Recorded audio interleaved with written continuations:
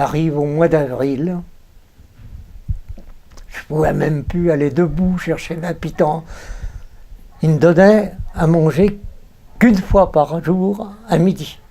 Un petit morceau de pain et du liquide. C'est ce qu'on avait. Je ne pouvais plus, j'y allais à genoux. J'allais le chercher à genoux, je ne pouvais pas tenir debout. Et puis un jour, j'ai même pas pu manger le petit bout de pain qu'il me donnait. Je l'ai mis sous ma couverture. Puis quand je me suis réveillé, il n'y avait plus de bout de pain.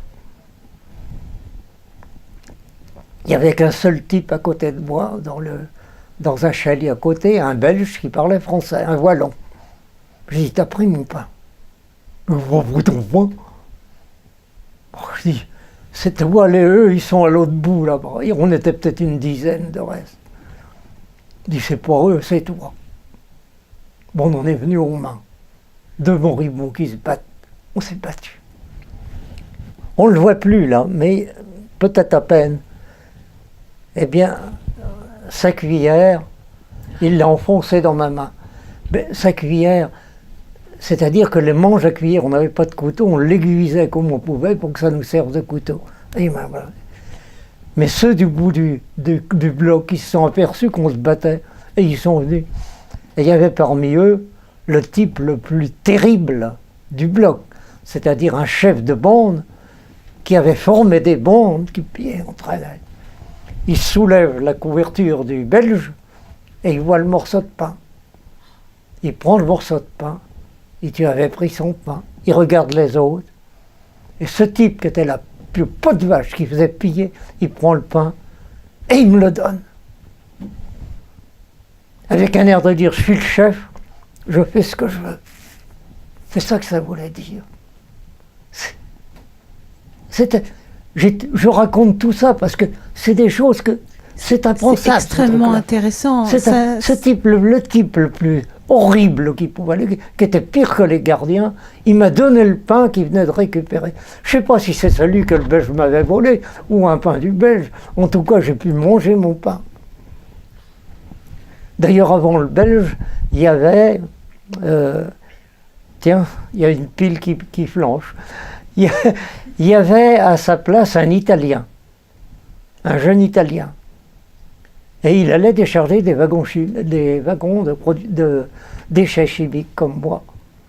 Et il avait une habitude, c'est quand les déchets étaient froids, il les léchait. Il se shootait avec les déchets de produits chimiques. Et alors pendant qu'on maigrissait, lui, il gonflait. Eh bien une nuit, il a éclaté, sa peau a pété. Et il est mort à côté de moi. Son cœur a lâché, il est mort. Il avait des chaussures qui étaient bonnes, les miennes étaient trouées.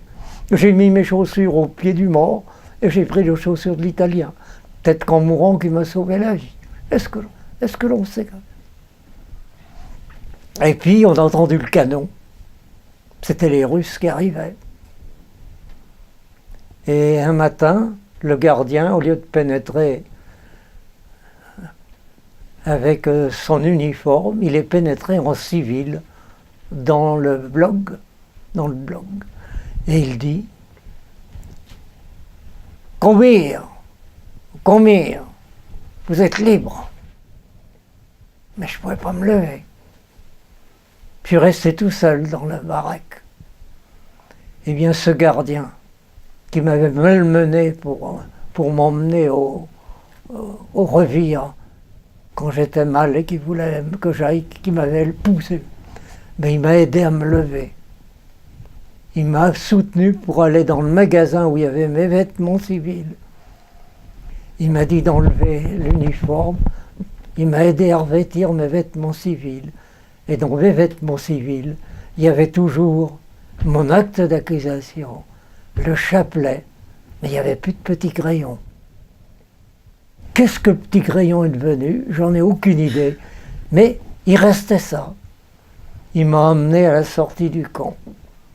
Et il m'a dit, Raous, fous le camp, mais gentiment. Oui, gentiment.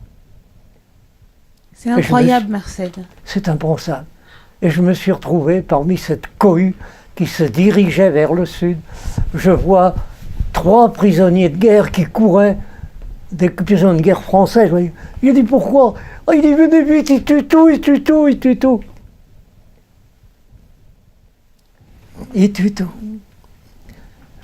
Je peux vous dire que les Allemands ont payé cher l'arrivée des Russes. Il faut dire que le maréchal Lioukov, qui les commandait, il n'avait pas été avec le dos de la cuillère dans son ordre du jour. Son ordre du jour était celui-là. Soldats soviétiques, venge-toi. Comporte-toi de telle manière que non seulement les Allemands d'aujourd'hui, mais leurs lointains descendants tremblent en se souvenant de toi. Tout ce qui appartient aux sous-hommes germaniques est à toi. Soldats soviétiques, ferme ton cœur à toute pitié. Ça a été épouvantable. Des viols, des tueries. Celle qui m'a précédé... Racontée dans le livre Une femme à Berlin? Celle qui m'a précédé à la présidence d'Amical Sablaise des déportés, Simone Feuvre, m'a raconté comment ça s'était passé à Ravensbrück où elle était. Il dit Marcel, tu peux pas savoir. Ils ont pénétré dans le camp. On était là à attendre à crier notre joie. Eh bien, mes compagnes kidnappent tête debout. Ils les ont violées. C'est vrai, c'était une toute petite femme, j'ai pas dû le faire en vie. Moi, j'ai pas subi le viol, mais tu te rends compte? On voulait fêter nos libérateurs, et ils venaient nous violer. Voilà, c'était ça. C'était ça la guerre. L'affreuse guerre.